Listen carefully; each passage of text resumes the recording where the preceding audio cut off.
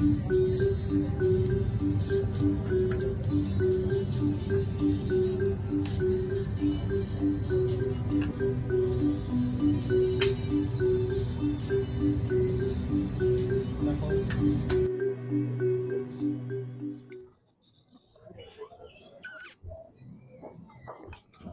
suasananya mau bagus kan? Tebal. Tebal. Udah Dapat ya? dapat, cuman kita pencahayaannya agak kecil sih. Gak apa-apa. Tinggal edit doang kan? Iya. Ayo Bang Devi. Ya, assalamualaikum warahmatullahi wabarakatuh. Selamat sore. Berjumpa lagi di channel Mang Devi. Channel yang akan berbicara seputar sejarah, budaya, seni dan tradisi ya. Ya, siap. Ribut. Ini kita obrolan santai. Nah, di sini ada Mang Devi yang pemilik channel daripada channel Mang Devi. Kemudian di sebelah kanan saya ada Pak Umam. Kang Umam aja. Kang Umam, pegiat apa ini Pak? Ya, pegiat pariwisata. Pegiat pariwisata, luar biasa. Kita akan berbicara masalah pariwisata ini ya.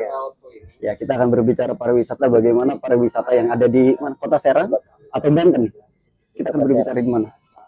Di Banten boleh. Banten boleh. Nah, karena pembicaraan kita akan merujuk kepada sebuah kampung wisata ya kan, dengan Darwisnya. Boleh.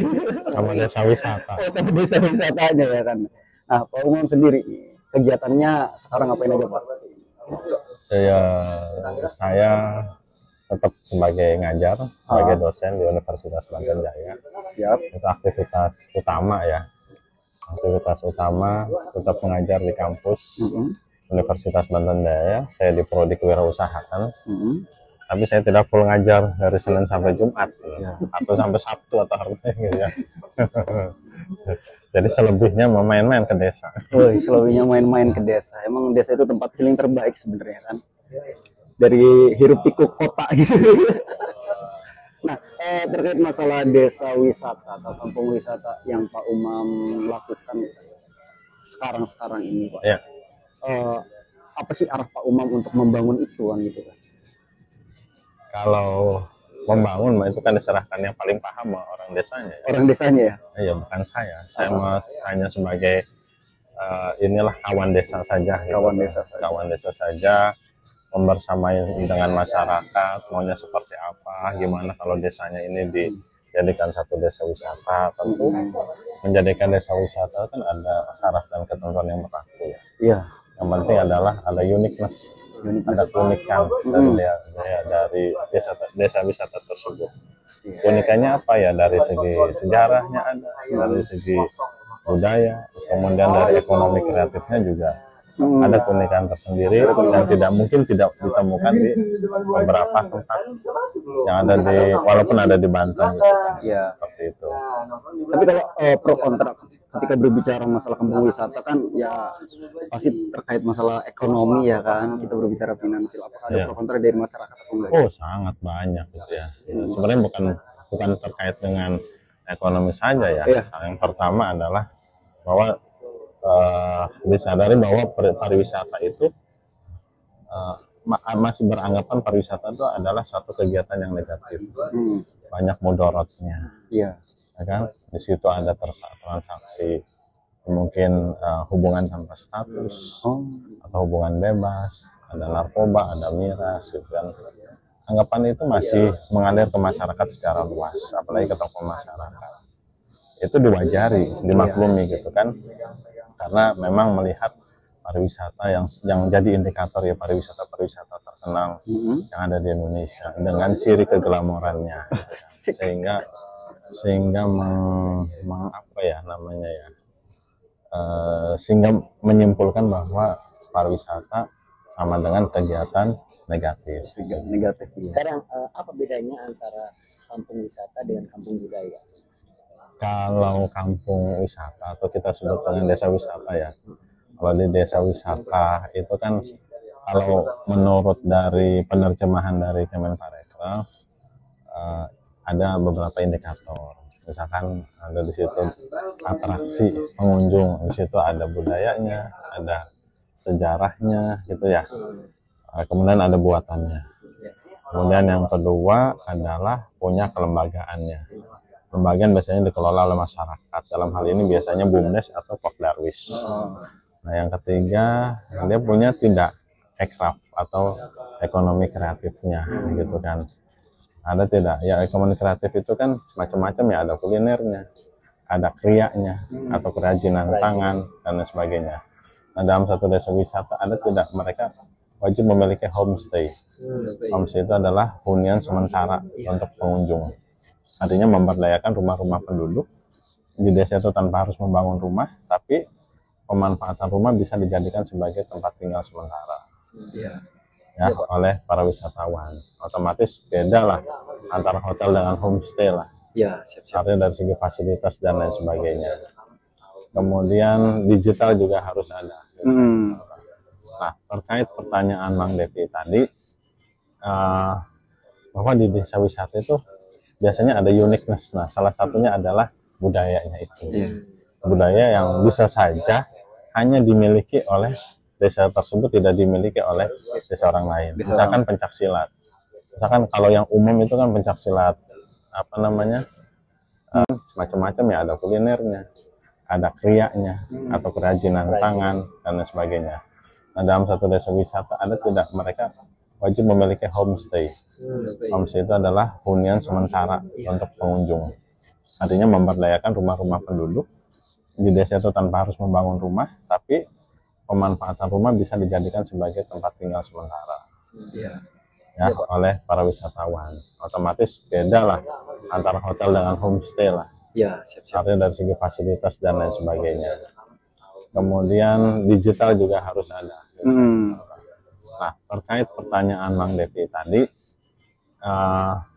bahwa di desa wisata itu biasanya ada uniqueness. Nah, salah satunya adalah budayanya itu. Budaya yang bisa saja hanya dimiliki oleh desa tersebut, tidak dimiliki oleh desa orang lain. Misalkan pencak silat. Misalkan kalau yang umum itu kan pencak silat, apa namanya, TTKDH, Bandrong, itu kan hampir semua Bandrong, hampir semua punya. Tapi kadang ada satu desa dia memiliki satu pencak silat sendiri, tapi tidak apa ya, kayak tidak memiliki cabang di beberapa tempat gitu tuh. Kayak apa ya, saya menemukan namanya Gayak Lumayung, itu ya hanya di sekitar wilayah situ saja, tapi dia tidak ada di beberapa wilayah. Jadi bisa dikatakan bahwa kampung budaya bisa disebut kampung. Nah, kalau secara apa ya, nomenklatur, nah, kalau di Kemenparekraf itu disebut dengan desa wisata, bukan sebagai kampung budaya. Tapi dalam desa wisata itu ada atraksi pengunjungnya. Atraksi wisatanya salah satunya adalah atraksi budayanya. Jadi masuk sebenarnya ke desa wisata. Nah, kalau terkait dengan apa desa budaya segala macam, mungkin ada di dinas yang lain, ya, yang misalkan dinas pendidikan atau apa, kebudayaan gitu. Ya Pak, terkait masalah desa binaan atau kampung binaan, kebetulan ya dengar-dengar ini kan Kang Umam ya, Kang Umam ada satu desa binaan juga di wilayah Kabupaten Serang. Kabupaten Serang. Nah, itu yang diangkat tentang apa ya Pak? Dari sisi sektor wisatanya gitu. Kalau 3 tahun kemarin saya memang melakukan pendampingan di Pulau Tunda ya. Pulau Tunda itu kira-kira 16 mil dari Pelabuhan Karanganyup. Kalau dikonversi ke kilometer sekitar 32 kilometer. Perjalanan dari Pelabuhan Karanganyup kurang lebih sekitar 1 jam 40 sampai dengan 2 jam.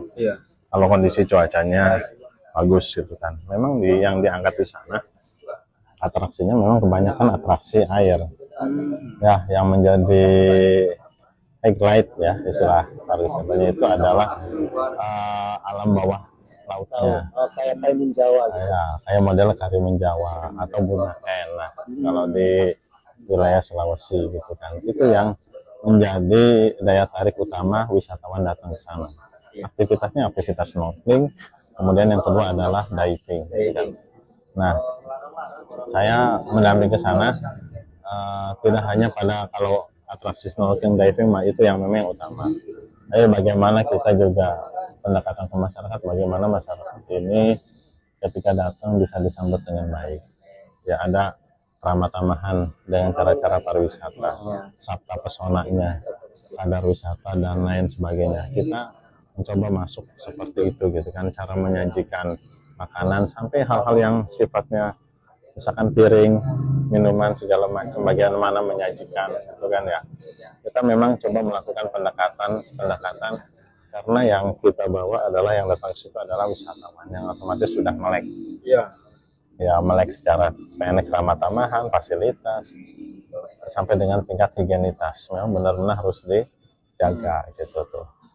Biar nanti setelah itu ketika datang ada efek ekonomi juga ke masyarakat dan bisa kembali lagi ke secara situ. Saya sih berharap bahwa wisatawan-wisatawan yang datang itu tidak hanya sekali dua kali, tapi repeater gitu, berulang-ulang. Nah, untuk menciptakan berulang-ulang memang gampang-gampang mudah gitu kan. Ada wisatawan datang gara-gara viral burst booming dia kapok, ya kan? Ada yang memang datang konsisten datang karena dia menikmati satu keunikannya, yang kedua adalah hospitality atau pelayanannya dari masyarakat. Yang membuat saya bingung, untuk pengembangan wisata itu kan butuh dana, butuh Ya. Dari mana modal pengembangannya? Kalau pengembangan biasanya kalau sudah tercatat sebagai desa wisata itu kan yang sudah ditetapkan oleh bupati, ya pintar-pintar saja bisa cari dana ke dinas itu kan ya, atau ke CSR itu kan, atau ke beberapa siapa yang nyari duit, siapa yang nyari duit.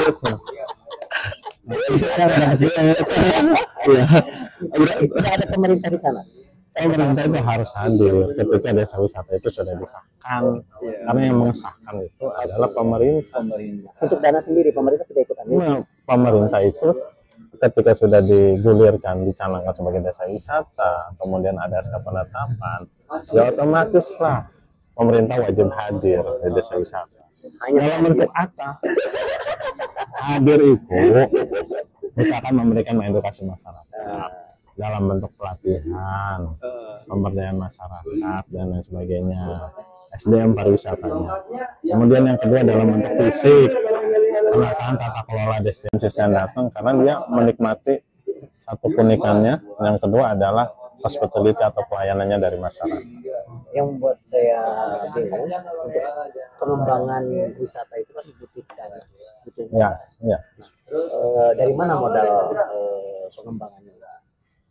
Kalau pengembangan biasanya kalau sudah tercatat sebagai desa wisata itu kan yang sudah ditetapkan oleh bupati, ya pintar-pintar saja bisa cari dana ke dinas itu kan ya, atau ke CSR itu kan, atau ke beberapa siapa yang nyari duit, siapa yang nyari duit.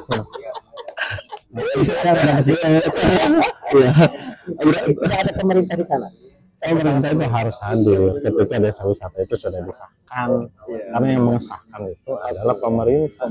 Untuk dana sendiri pemerintah tidak ikut ambil. Nah, pemerintah itu ketika sudah digulirkan, dicanangkan sebagai desa wisata, kemudian ada SK penetapan, ya otomatis lah pemerintah wajib hadir di desa wisata.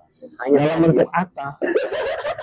Hadir itu misalkan memberikan edukasi masyarakat dalam bentuk pelatihan, pemberdayaan masyarakat dan lain sebagainya, SDM pariwisatanya. Kemudian yang kedua dalam bentuk fisik, penataan tata kelola destinasi pariwisata, misalkan landmark segala macam. Kemudian penyediaan fasilitas lainnya. Misalkan tidak hanya milik dinas pariwisata saja, enggak. Ada peran di situ, ada Kominfo misalkan, jaringan internet dan lain sebagainya ikut andil. Kemudian LHK lingkungan hidup ikut andil, bahkan CSR juga ikut andil, misalkan penanaman mangrove dan sebagainya. Banyak sih. Tapi kalau konsep desa wisata atau kampung wisata yang digarap oleh Pak Umam sebelumnya ini terkait yang di Badung ya, Bukan. Di mana? Banten. Bandung Jawa Barat. Oh, Bukan. di mana itu? Kampung Bandung. Kampung Bandung, Pamaraya. Oh enggak. Itu aja dulu. Oh, itu aja. Itu masih Masih. Oh, masih progres. Terus yang sekarang apa? Yang tadi itu? Yang satu itu, yang kedua Kubang Baros. Kubang Baros. Nah, kalau Kubang Baros yang mengangkat tentang apa, Pak? So Kubang Baros kan Kubang Baros kan irisan sama Ramadhanau ya. Oh, Ramadhanau dekat sekali dengan perbatasan Ramadhanau. Sementara Ramadhanau kan konservasi alam. Tentu ada syarat dan ketentuannya ketika dipergunakan untuk wisata. Ya. Tapi di situ kan dari Ramadhanau itu kan ada aliran sungai namanya Curug Cibetung. Nah itu kan bisa dimanfaatkan untuk kegiatan pariwisata. Ya. Hanya saja kalau bermain curug atau air terjun, mungkin kan masuk ke resiko tinggi ya. Resiko tinggi, benar. Nah, otomatis harus benar-benar strike ya. Misalkan untuk apa namanya satu mitigasi bencana. Iya. Yang jadi masalah, SOP. sebenarnya di pariwisata itu kenapa banyak orang yang berbicara bahwa edukasi pariwisata itu bullshit. Maksudnya gini, semua menggebar-geborkan keindahan alam, tapi dia tidak memikirkan fasilitas jalan, fasilitas akomodasi, semua sampai kamar mandi segala macam. Kalau butuh ke kamar mandi, makan, tidak dibahas di sana. Dia hanya membahas keindahan alamnya, bagus tempatnya, tapi fasilitas pendukungnya tidak ada. Nah, jadi bahasa bullshit di sana itu pembohongan besar. Jadi punya pandangan Pak Umam itu. Udah, Pak. Kasar itu. Kalau keindahan alam itu kan berarti kan ya kita bersyukur ya sudah dianugerahi ya. Artinya yang Maha Kuasa itu sudah memberikan cash ke masyarakat dalam bentuk alam yang bisa kita nikmati. Ya oksigen ini juga kan bisa nikmati. Iya. Walaupun kita di pinggir kali ya. Walaupun kalinya kotor. Enggak kotor. Belum disapu. Siap. Ya, tapi tapi gini, memang ada yang apa namanya yang sistem alam langsung diviralkan booming. Tetapi kesiapannya itu kesiapan masyarakat belum siap. Misalkan gini, diboomingkan, kita terlalu diboomingkan. Kita terlalu sibuk urusan viral mau viral. Oh iya. Tapi kesiapan masyarakat belum siap. Akses jalannya gimana? Segi keamanan gimana? Itu banyak kasus. Pada akhirnya apa? Hanya viral sebentar, naik, ratingnya bagus, ambruk. Iya. Ya sudah banyak contohnya. Ya kayak yang kemarin viral itu kan yang di Sukabumi kalau nggak salah, belakangnya air terjun terus ada satu rumah kakek-kakek gitu kan yang viral itu. Ya. Dan sekarang waduh. Itu dia, karena kesiapan satu tidak hanya kesiapan masyarakatnya ya. Karena ketika masuk satu wilayah tertentu, destinasi tertentu atau daya tarik tertentu, itu kan pasti ada yang melewati langsung jalur umum, ada yang melewati langsung jalur desa, melewati beberapa desa. Kalau melewati jalur umum, ya gangguannya nggak terlalu ini kan, tapi kalau melewati beberapa kan gangguan sosial ya biasanya. Kan mereka kadang nggak suka ketika lalu lalang motor berisik segala macam gitu kan. Sementara memang tujuannya bukan itu. Tujuannya ke misalkan pojok, tapi melewati beberapa desa sehingga mengganggu masyarakat yang ada di situ. Ada yang kayak gitu. Jadi terjadilah resistensi antara masyarakat dengan wisatawan. Yang penting ketika ada satu spot yang bagus, harus itu dulu. Harus benar-benar maunya seperti apa nih?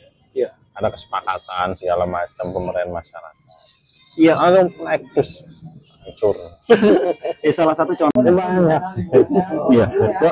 Tapi kalau konsep desa wisata atau kampung wisata yang digarap oleh Pak Umam sebelumnya ini terkait yang di Badung ya?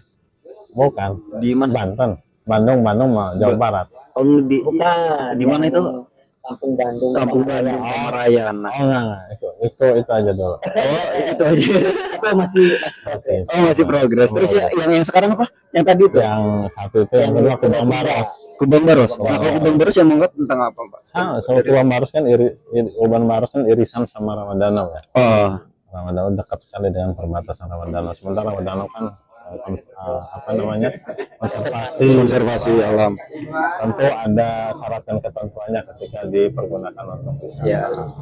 Tapi di situ kan dari rawa danau itu kan ada aliran sungai namanya Curug Cibetung. Nah itu kan bisa dimanfaatkan untuk kegiatan pariwisata. Ya. Hanya saja kalau bermain curug atau air terjun, mungkin kan masuk ke resiko tinggi ya. Resiko tinggal benar. Nah, otomatis harus benar-benar strike ya. Misalkan untuk apa namanya, satu mitigasi bencana. Iya. Yang jadi Perlu masalah, SOP.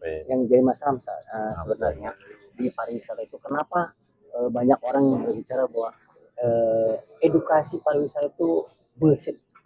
Maksudnya gini, semua menggebar-geburkan keindahan alam, tapi dia tidak memikirkan fasilitas jalan, fasilitas akomodasi, semua sampai kamar mandi segala macam. Kalau butuh ke kamar mandi, makan, tidak dibahas di sana. Dia hanya membahas keindahan alamnya, bagus tempatnya, tapi fasilitas pendukungnya tidak ada. Nah, jadi bahasa bullshit di sana itu pembohongan besar. Jadi punya pandangan Pak Omong itu. Gimana Pak? Kasar itu. Kalau keindahan alam itu kan berarti kan ya kita bersyukur ya sudah dianugerahi ya. Artinya yang maha kuasa itu sudah memberikan cash ke masyarakat dalam bentuk alam yang bisa kita nikmati. Ya oksigen ini juga kan bisa nikmati. Iya. Walaupun kita di pinggir kali ya. Walaupun kalinya kotor. Enggak kotor. Belum disapu. Siap. Tapi saya Tapi gini, memang ada yang apa namanya, yang sistem alam langsung diviralkan booming. Tetapi kesiapannya itu kesiapan masyarakat belum siap. Misalkan gini, diboomingkan, kita terlalu diboomingkan. Kita terlalu sibuk urusan viral. Oh iya. Tapi kesiapan masyarakat belum siap. Akses jalannya gimana? Segi keamanan gimana? Itu banyak kasus. Pada akhirnya apa? Hanya viral sebentar, naik, ratingnya bagus, ambruk. Iya. Ya sudah banyak contohnya. Ya kayak yang kemarin viral itu kan yang di Sukabumi kalau nggak salah, belakang air terjun terus ada satu rumah kakek-kakek gitu kan yang viral itu. Ya. Dan sekarang waduh. Itu dia, karena kesiapan satu tidak hanya kesiapan masyarakatnya ya. Karena ketika masuk satu wilayah tertentu, destinasi tertentu atau daya tarik tertentu, itu kan pasti ada yang melewati langsung jalur umum, ada yang melewati langsung jalur desa, melewati beberapa desa. Kalau melewati jalur umum, ya gangguannya nggak terlalu ini kan, tapi kalau melewati beberapa kan gangguan sosial ya biasanya. Kan mereka kadang nggak suka ketika lalu lalang motor berisik segala macam gitu kan. Sementara memang tujuannya bukan itu. Tujuannya ke misalkan pojok, tapi melewati beberapa desa sehingga mengganggu masyarakat yang ada di situ. Ada yang kayak gitu. Jadi terjadilah resistensi antara masyarakat dengan wisatawan. Yang penting ketika ada satu spot yang bagus, harus itu dulu. Harus benar-benar maunya seperti apa nih. Iya. Ada kesepakatan segala macam pemberian masyarakat. Iya. Lalu terus hancur. Salah satu contoh Pak, di Gunung Ciremai saya pernah kunjungan ke sana. Ada salah satu spot desa wisata Gunung Ciremai juga yang diangkat, dia itu adalah tradisi lisannya malah.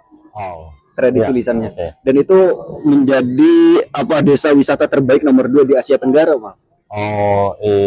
Di mana itu saya lupa ya. Iya, jadi saya tahu. Saya udah pernah kunjungan ke sana di kaki Gunung Ciremai. Kaki Gunung Ciremai. Jadi masuknya itu dari arah Pleret. Saya lupa namanya ya. Itu gunanya ini kampus STP Trisakti dulu. STP. Oh iya. Nah, saya ikut dulu. Bandung dulu. Cibuntu. Oh iya, Cibuntu. Oh benar. Desa wisata Cibuntu. Saya udah pernah ke sana semuanya. Ya, itu sih salah satu ya keunikan satu tradisi lisannya. Masuknya ke budaya kan. Ke budaya. Kemudian ada peninggalan sejarahnya. Ya ada saya nggak tahu peninggalan sejarah apakah soalnya saya melihat banyak batu-batu itu apa ya maksudnya? Megalitik itu modelnya atau zaman Hindu Buddha. Ya mungkin zaman Hindu Buddha. Di situ juga ada jupelnya yang Iya. memang ditugaskan khusus oleh BPCB. BPCB. Yang menarik itu ada satu batu besar itu kan, badannya di mana, kepalanya di mana, kakinya di mana. Yang menarik itu adalah event tahunannya. Event Yang tahunan. Ruat Bumi, Oh, ada red bumi sana. ada Ruat Bumi yang menjadi event tahunan itu. Dasa itu yang satu pada hospitality ya, pada pelayanan. Yang kedua ada pada sisi kebersihan. Iya. Tapi kalau dari ya potensi alam segala macam, sebenarnya Banten nggak kalah. Iya, bener-bener. Tapi posisinya kalau di sana itu kayak saya tidak melihat anak muda, Pak. Berbeda kayak di kita ya kan. Maunya seperti apa nih? Iya. Ada kesepakatan segala macam pemberian masyarakat. Iya. Ada naik terus hancur. Salah satu contoh Pak, di Gunung Ciremai saya pernah kunjungan ke sana. Ada salah satu spot desa wisata Gunung Ciremai juga yang diangkat, dia itu adalah tradisi lisannya malah. Oh, Tradisi iya, lisannya. oke. Dan itu menjadi desa wisata terbaik nomor 2 di Asia Tenggara, Pak. Oh, Di mana itu saya lupa ya. ya, jadi saya tahu. Saya udah pernah kunjungan ke sana Iya. di kaki Gunung Ciremai. Di kaki Gunung Ciremai. Jadi masuknya itu dari arah Pleret. Saya lupa namanya ya. Itu gunanya ini kampus STP Trisakti dulu. STB. Oh iya iya. Oh. Nah, saya ikut dulu. Ke Bandung juga. Cibuntu. Oh iya, di Cibuntu. Oh bener. Wisata Cibuntu. Desa wisata Cibuntu. Saya udah pernah ke sana sebenarnya. Ya, itu sih salah satu ya keunikan satu tradisi lisannya. Masuknya ke budaya kan. Ke budaya. Kemudian ada peninggalan sejarahnya. Ya ada saya nggak tahu peninggalan sejarah apa. Apakah soalnya saya melihat banyak batu-batu itu apa ya maksudnya? Megalitik itu modelnya atau zaman Hindu Buddha. Ya mungkin zaman Hindu Buddha. Di situ juga ada jupelnya yang Iya. memang ditugaskan khusus oleh BPCB. BPCB. Yang menarik itu ada satu batu besar itu kan, badannya di mana, kepalanya di mana, kakinya di mana. Yang menarik itu adalah event tahunannya. Event Yang tahunan. Ruat Bumi, Oh, ada red bumi sana. ada Ruat Bumi yang menjadi event tahunan itu. Dasa itu yang satu pada hospitality ya, pada pelayanan. Yang kedua ada pada sisi kebersihan. Iya. Tapi kalau dari ya potensi alam segala macam, sebenarnya Banten nggak kalah. Iya, bener-bener. Tapi posisinya kalau di sana itu kayak saya tidak melihat anak muda, Pak. Berbeda kayak di kita ya kan. Enggak, sebenarnya apa ya, fenomena persoalan anak muda di desa itu saya ke desa-desa itu memang ada ya beberapa fenomena bahwa anak muda itu lebih lari ke kota. Iya iya. Yang di kampung atau di desa itu justru banyak kan orang-orang yang sudah Sepuh gitu sudah kan. sepuh, yang artinya yang sudah tingkat produktivitasnya juga sudah ini. Iya. Kecenderungan anak muda itu memang kebanyakan lari ke kota. Makanya dengan adanya desa wisata, salah satu efeknya kan bangkitnya ekonomi di desa. Kalau sudah bangkitnya ekonomi di desa, setidaknya mencegah urbanisasi. Iya. Jadi masyarakat muda yang berpikir produktif, Nah, dia akan berpikir untuk desanya. dengan desanya. Jadi desa itu jangan itu sebagai memorable aja, sebagai untuk mengenang masa lalu orang tersebut, sebagai tempat tidur. Bagaimana memajukan satu desa tersebut gitu. Nah kalau memorable iyalah mengingat masa lalu ketika saya kecil di desa main itu segala macam gitu kan, itu ya bagus juga gitu. Iya. Menarik ternyata loh. Jadi Makanya ya kita pemikiran saya tentang kampung Wisata. gampang, tapi setelah berbicara dengan pakarnya, sepertinya nggak gampang-gampang amat gitu. kalau kamu wisata itu biasanya asosiasinya ke kota. Kalau di desa itu biasanya, kalau di kabupaten itu desa wisata. Memang apa sih yang membedakan? Kalau di desa itu kan alam itu sudah disajikan luas. Iya. Ada sawah, ada air terjun, ada sungai. Sementara kan di kota kan kadang-kadang ya nyari sungai aja ya kayak begitu kan. Sungai itu bukan sebagai aliran sungai tapi sebagai tempat tong sampahnya gitu kan. Makanya kalau di kampung wisata itu memang butuh kreativitas tinggi. Makanya ada kampung lukis gitu kan, ada kampung warna-warni yang saya lihat di Malang gitu kan. Memang butuh effort ya kalau menggerakkan kampung wisata ya. Kalau di Serang kayak di Walantaka di Pipitan, kampung wisata Pipitan itu nggak terlalu besar tapi aktivitasnya luar biasa, adat gitu kan. Adakah payung hukum? Ada pastinya. Lebih jelasnya sejauh mana payung hukum untuk menaungi desa? Ada. Kalau secara nasional kan sudah ada ya, dari Kemenparekraf segala macam itu sudah jelas. Kalau pada tingkat kabupaten, tingkat kota ada. Contoh Kabupaten Serang, ya sekitar 20 sampai dengan 24 yang sudah di SK-kan sama Bupati Serang. Dari 326 desa di Kabupaten Serang. Sementara di kota ya ada beberapa yang sudah dikeluarkan SK dari Wali Kota Serang. Yang pengetahuan saya itu Karodangan, kampung wisata Karodangan. Yang saya melihat itu ada beberapa kebun lada di sana. Kemudian pembuatan kue tradisional di sana. Yang kedua itu Pipitan, yang Walantaka. Dia lebih cenderung kepada kreativitas, melukis dan lain sebagainya. Seperti itu. Iya. Kalau pengajuan desa wisata atau kampung wisata ke ranah pemerintah, apa sulit atau enggak? Sebenarnya yang harus bergerak itu bukan pemerintah. Bukan pemerintah. Ya, pemerintah verifikasi. Oh iya, benar secara tidak? administrasi aja. Secara administrasi. Ada tim verifikator ya. Tapi dari pengajuan itu bukan top down ya. Iya. Tapi dari bawah gitu. Dari bawah. Kemudian diketahui juga oleh lurah atau kepala desa. Iya. Kemudian juga diajukan ke tingkat kabupaten. Iya. Misalkan ada indikatornya, keunikan. Bahkan dari daya tarik apa nih? Alamnya akan diturunkan lagi. Iya. Alam itu apa kan? Sungai itu bukan sebagai aliran sungai tapi sebagai tempat tong sampahnya gitu kan. Makanya kalau di kampung wisata itu memang butuh kreativitas tinggi. Makanya ada kampung lukis gitu kan, ada kampung warna-warni yang saya lihat di Malang gitu kan. Memang butuh effort ya kalau menggerakkan kampung wisata ya. Kalau di Serang kayak di Walantaka di Pipitan, kampung wisata Pipitan itu nggak terlalu besar tapi aktivitasnya luar biasa, adat gitu kan. Adakah payung hukum? Ada pastinya. Lebih jelasnya sejauh mana payung hukum untuk menaungi desa? Ada. Kalau secara nasional kan sudah ada ya, dari Kemenparekraf segala macam itu sudah jelas. Kalau pada tingkat kabupaten, tingkat kota ada. Contoh Kabupaten Serang, ya sekitar 20 sampai dengan 24 yang sudah di SK-kan sama Bupati Serang. Dari 326 desa di Kabupaten Serang. Sementara di kota ya ada beberapa yang sudah dikeluarkan SK dari Wali Kota Serang. Yang pengetahuan saya itu Karodangan, kampung wisata Karodangan.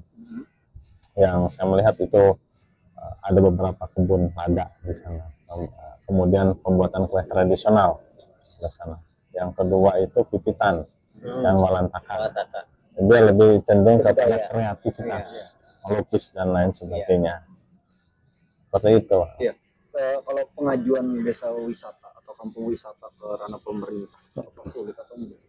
Sebenarnya yang harus bergerak itu bukan pemerintah. Bukan pemerintah. Ya, pemerintah verifikasi. Oh iya, benar secara tidak? administrasi aja. Secara administrasi. Ada tim verifikator ya. Tapi dari pengajuan itu bukan top down ya. Iya.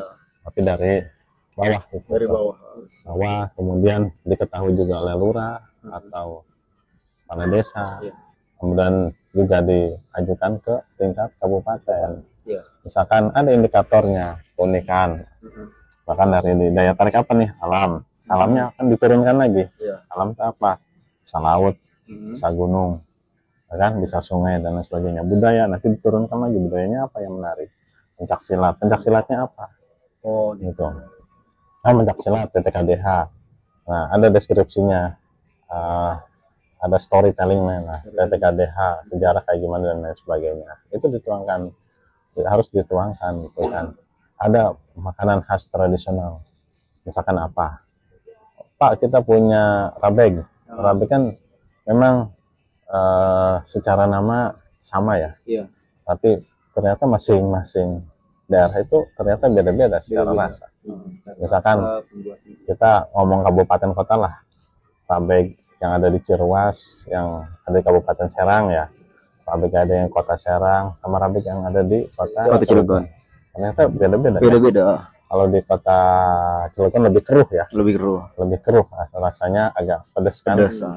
Kemudian kalau yang di Kota Serang agak kental ya, manis. Manis. Kalau di Ciruas encer. Encer. Nah, Bisa itu gitu. dari satu unsur makanan Satu saja. nama. Ya, satu Hanya nama. beda rasa. Beda rasa. Beda Iya. olahan.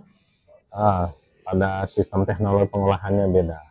Misalkan di Ciruas tidak menggunakan daging kambing, tapi menggunakan daging kerbau, Kerbau. ya kan?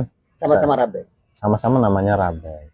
Kota Serang sama menggunakan daging. Ada jenis daging katanya daging kekis atau apa, dan jeroan. Itu yang hal yang wajib. Ya. Hal yang wajib harus masuk ke situ. Kemudian ada yang hanya keluar pada hal-hal hari-hari tertentu Hari-hari saja. tertentu saja. Misalkan pas lagi apa namanya akikah ya, akikah atau nikahan, hajatan, mau berangkat haji dan lain sebagainya, itu pasti itu menjadi menu wajib. Iya. Sate Bandeng ternyata ketika ditelusuri tidak semuanya sama. Iya. Kota Serang, Kabupaten Serang, Cilegon. Tapi Cilegon di Kota Serang pakai topping kan, pakai topping. yang diolesin lagi ya. Siap. Tapi ada yang memang pakai Daun. apa? Pakai daun seperti pepes. Ada yang ditusuk saja, ya kan? Tapi tidak dikasih topping. Itu macam-macam sih. Ya, Kang karena banyak sih sebenarnya yang perlu kita tanyakan kepada Kang Umam terkait masalah desa dan kampung wisata. Akan lebih enaknya jika obrolan ini langsung ke lapangannya mungkin. Iya, ke lapangannya. Tapi sebelum kita tutup deh, apa sih harapan Kang Umam untuk sektor wisata ya ke depan? Iya, Bapak. Desa itu jangan lihat di belakang. Harus jadi etalase Indonesia. Siap. Itu menggambarkan pintu masuk. Sementara kan Apa yang disediain di situ? desa kan semua kayak terbelakang, Iya. segala macam. Padahal di balik desa itu sebenarnya banyak sekali Potensinya. Kita banyak menemukan itu ya, yang belum sempat saya tulis juga. Gitu. Oke, siap. Kita tunggu kajian dan tulisannya Kang Umam terkait desa wisata ya kan. Apa dari Kang Devi ada statement atau apa? hanya saya menunggu apa yang dilakukan Pak Umam aja. Oh gitu. Siap. Oke ya teman-teman channel Mang Devi,